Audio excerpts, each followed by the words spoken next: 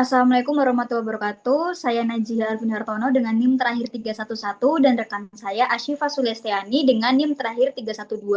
Kami di sini akan mempresentasikan mengenai laporan proyek akhir tentang pengaruh halal brand awareness dan kebiasaan terhadap keputusan pembelian produk halal mata kuliah SPSS oleh dosen pengampu Ibu Asri Sekar Mawar Firdausi.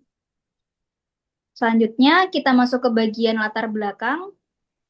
Nah, untuk latar belakangnya sendiri adalah bahwa industri halal itu berkembang pesat secara global. Nah, namun di Yogyakarta, kesadaran masyarakat terhadap produk halal dan kebiasaan mengonsumsinya masih belum optimal. Padahal sebagai kota dengan mayoritas muslim dan pusat pendidikan, Yogyakarta punya potensi besar dalam pengembangan pasar halal. Nah, pada penelitian ini bertujuan untuk menganalisis pengaruh halal brand awareness dan kebiasaan terhadap keputusan pembelian produk halal di Yogyakarta. Selanjutnya, Oke, yang selanjutnya yaitu kerangka penelitian. Nah, jadi kita memiliki kerangka penelitian atau model penelitian sebagai berikut.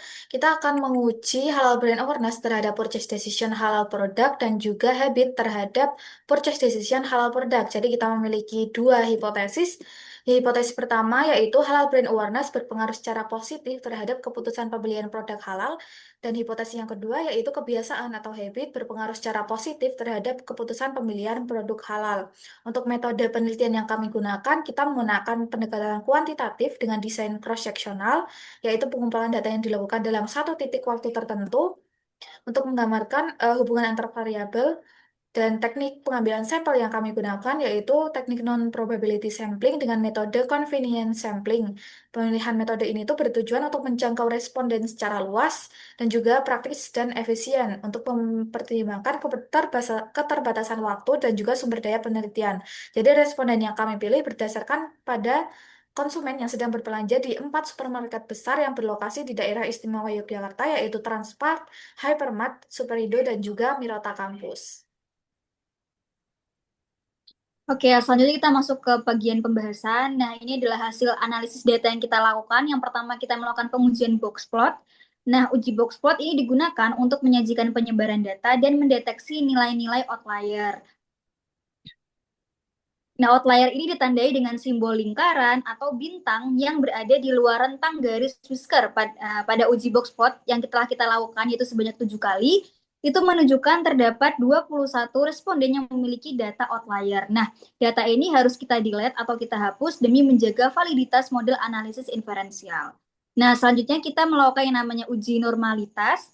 Nah, secara umum, uji normalitas ini digunakan untuk mengetahui apakah residual itu terdistribusi normal atau tidak. Nah, pada uji normalitas ini kita menggunakan uji skewness dan juga kurtosis. Pada aturan ini itu menyatakan bahwa distribusi data itu dianggap normal secara statistik jika skewness itu berada di antara -2 sampai +2 dan juga kurtosis berada di antara -2 sampai +2. Nah, berdasarkan aturan tersebut, hasil uji yang kami lakukan itu menunjukkan distribusinya itu datanya berdistribusi normal. Nah, selanjutnya adalah uji deskriptif. Nah, uji deskriptif ini digunakan untuk mendeskripsikan atau menggambarkan karakteristik dasar dari data yang dikumpulkan. Nah, pada sini ada keterangan valid yaitu 55 itu menunjukkan bahwa jumlah respondennya, kemudian missingnya itu 0 berarti tidak ada data yang kosong. Nah, kemudian ada nilai minimum dan juga maksimum. Jenis kelamin 1, umur 1, pendidikan 1, kemudian maksimumnya itu ada 2, 3, dan 4. Ini menunjukkan dari kategori yang kita gunakan. Oke, selanjutnya kita masuk ke bagian jenis kelamin. Nah, hasil uji deskriptif variabel jenis kelamin ini menunjukkan bahwa persentase responden laki-laki sejumlah 29,1% dan responden perempuan itu sebanyak 70,9%. Kita lihat dari valid persennya. Nah, bagian umur juga kita bisa lihat bahwa responden umur 21 sampai 30 tahun sebanyak 96,4%, umur 41 sampai 50 tahun sebanyak 3,6%, dan sisanya itu 0% pada responden umur 31 sampai 40 dan lebih dari 50 tahun. Kemudian pada bagian pendidikan terakhir bisa kita lihat bahwa persentase responden SMA itu sejumlah 54,5%, diploma sebanyak 12,7%, S1 sebanyak 30,9%, dan juga S2 sebanyak 1,8%.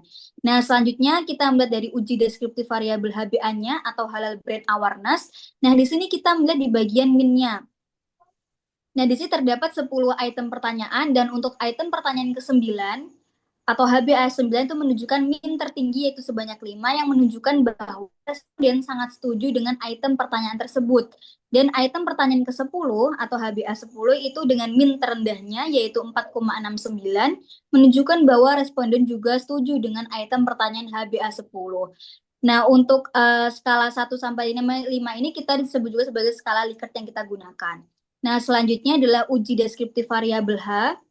Nah, ini bisa kita lihat di bagian minnya bahwa di item pertanyaan ke-1 itu dengan min tertinggi 4,65 dan item ketiga itu memiliki min terendah yaitu 4,29. Nah, selanjutnya di bagian uji deskriptif variabel PD-nya atau purchase decision, item pertanyaan ke-1 itu memiliki min tertinggi yaitu 4,82 yaitu menunjukkan bahwa respondennya itu setuju dengan item pertanyaan tersebut dan yang min terendah itu terdapat di pada item keempat yaitu sebanyak 4,56 itu menunjukkan bahwa respon itu juga setuju dengan item pertanyaan PD4.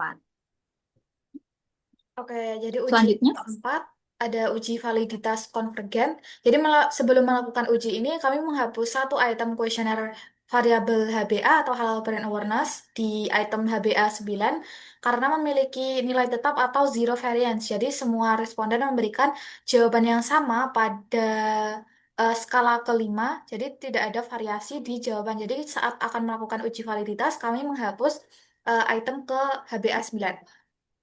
Untuk hasilnya, seperti yang tertera di layar, pattern matrix. Jadi, untuk variabel HBA, kita tinggal mempunyai 4 item. Untuk variabel habit, kita mempunyai 2 item. Untuk variabel purchase decision, kita masih mempunyai 6 item. Jadi validitas konvergen ini tuh ada untuk menguji konstruk yang semestinya mengukur hal yang sama dan juga konsisten dalam analisis faktor data dikatakan memiliki validitas konvergen apabila seluruh indikator yang mempresentasikan konstruk tertentu mengelompok dalam satu komponen yang sama ditandai oleh loading faktor yang lebih dari 0,4. Jadi kami menghapus item HbA2, HbA6, HbA7, HbA8, HbA10 dan juga H3. Untuk uji yang kelima yaitu ada uji reliabilitas. Untuk uji reliabilitas variabel halal brand awareness, kami mendapatkan nilai Cronbach alpha sebesar 0,633. Ini artinya nilai Cronbach alpha 0,6 hingga 0,7 itu masih dapat diterima. Jadi nilai 0,633 menunjukkan bahwa instrumen yang digunakan untuk mengukur halal brand awareness memiliki tingkat reliabilitas yang cukup dan dapat diterima dalam konteks penelitian ini. Untuk yang kedua, untuk uji reliabilitas variabel habit atau kebiasaan, kita mendapatkan nilai Cronbach alpha sebesar 0,628. Nah, ini juga sama seperti yang tadi. Jadi, untuk variabel habit yang terdiri dari dua item pernyataan ini itu menunjukkan bahwa tingkat reliabilitas yang cukup dan juga dapat diterima dalam konteks penelitian ini. Yang ketiga, untuk reliabilitas variabel purchase decision, kita mendapatkan nilai Cronbach alpha 0,8 yang artinya bahwa instrumen tersebut sangat andal dan juga reliabel karena eh, untuk nilai Cronbach alpha lebih dari 0,7 itu sudah dianggap reliabel. Nah, untuk uji yang keenam ada uji regresi linear sederhana. Yang pertama kita akan menguji apakah ada pengaruh antara variabel halal brand awareness terhadap variabel purchase decision. Dan yang pertama kita lihat di tabel model summary, kita melihat di R atau korelasi dan juga nilai R square. Jadi berdasarkan hasil uji regresi, nilai korelasi sebesar 0,462 yang menunjukkan adanya hubungan antara variabel halal brand awareness terhadap variabel keputusan pembelian produk halal. Nilai ini termasuk kategori hubungan yang sedang atau cukup karena menurut interpretasi pada tabel tersebut, di mana nilai R antara 0,4 hingga 0,6 mencerminkan kekuatan hubungan yang moderat. Untuk nilai R square sebesar 0,21 atau 21,3% artinya bahwa sebesar 21,3% variabel keputusan pembelian itu dapat dijelaskan oleh variabel halal brand awareness dalam model ini. Dan untuk 78,7% faktor lain di luar model itu turut mempengaruhi keputusan konsumen dalam membeli produk halal. Nah, untuk tabel ANOVA, berdasarkan uji pada tabel ANOVA itu kita mendapatkan F hitung sebesar 14,361 dengan tingkat signifikan sebesar kurang dari 0,001. Jadi yang berarti bahwa model regresi yang digunakan dalam penelitian ini adalah signifikan secara statistik. Dengan demikian dapat disimpulkan bahwa variabel halal brand awareness secara signifikan berpengaruh terhadap keputusan pembelian produk halal. Untuk tabel yang selanjutnya kita lihat di tabel koefisien. Jadi berdasarkan hasil tersebut diketahui bahwa variabel halal brand awareness memiliki nilai koefisien regresi sebesar 1,283 dengan tingkat signifikan kurang dari 0,001 yang menunjukkan bahwa pengaruh variabel HBA terhadap keputusan pembelian itu adalah positif arah hubungannya dan signifikan secara statistik. Hal ini berarti setiap kenaikan satu satuan pada halal brand awareness akan meningkatkan keputusan pembelian sebesar 1,283 satuan dengan asumsi variabel yang lain itu konstan. Untuk persamaan regresi linear sederhana dapat dirumuskan sebagai berikut, yaitu Y sama dengan minus 1,600 ditambah 1,283 X. Nah, yang kedua, kita akan menguji pengaruh apakah ada pengaruh antara variabel habit terhadap variabel purchase decision. Nah, kita melihat pada hasil model summary untuk nilai korelasi sebesar 0,340 yang menunjukkan adanya hubungan antara variabel habit, kebiasaan, dan terhadap variabel pembelian produk halal. Nilai ini termasuk dalam kategori hubungan yang rendah atau lemah. Untuk nilai R square-nya sebesar 0,116 atau 11,6%, artinya bahwa sebesar 11,6% variabel keputusan pembelian dapat dijelaskan oleh variabel habit dalam model ini. Dan 88,4% faktor lain di luar model penelitian turut mempengaruhi keputusan konsumen dalam membeli produk halal. Nah, untuk hasil di tabel ANOVA, kita diketahui bahwa F hitung sebesar 6,941 dengan tingkat signifikan sebesar 0,011. Nah, yang ini berarti bahwa model regresi yang digunakan dalam penelitian ini adalah signifikan secara statistik dan dapat disimpulkan bahwa variabel habit secara signifikan berpengaruh terhadap keputusan pembelian produk halal. Nah, untuk selanjutnya di tabel koefisien berdasarkan hasil uji regresi ini diketahui bahwa variabel independen habit memiliki koefisien regresi benar 0,204 dengan tingkat signifikan kurang dari 0,001 yang menunjukkan bahwa adanya pengaruh variabel habit terhadap keputusan pembelian adalah positif arahnya.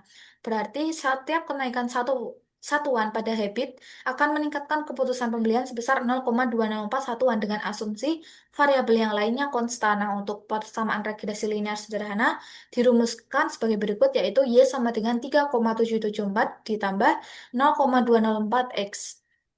Nah, jadi dapat kami simpulkan berdasarkan hasil analisis data yang sudah kami paparkan tadi, kedua hipotesis yang kami uji itu terbukti berpengaruh, terbukti semua. Jadi ini sesuai dengan temuan pada hasil penelitian terdahulu oleh Rafiki pada tahun 2024 yang juga kami gunakan sebagai jurnal utama acuan untuk membuat membuat jurnal ini, penelitian ini yang menunjukkan bahwa pengaruh halal brand awareness dan kebiasaan terhadap keputusan pembelian produk halal ini berpengaruh terhadap keputusan pembelian produk halal yang dilakukan sebelumnya di Kota Medan. Baik, mungkin itu pemaparan hasil proyek akhir dari kami. Apabila ada salahnya, mohon maaf. Wassalamualaikum warahmatullahi wabarakatuh. Wah,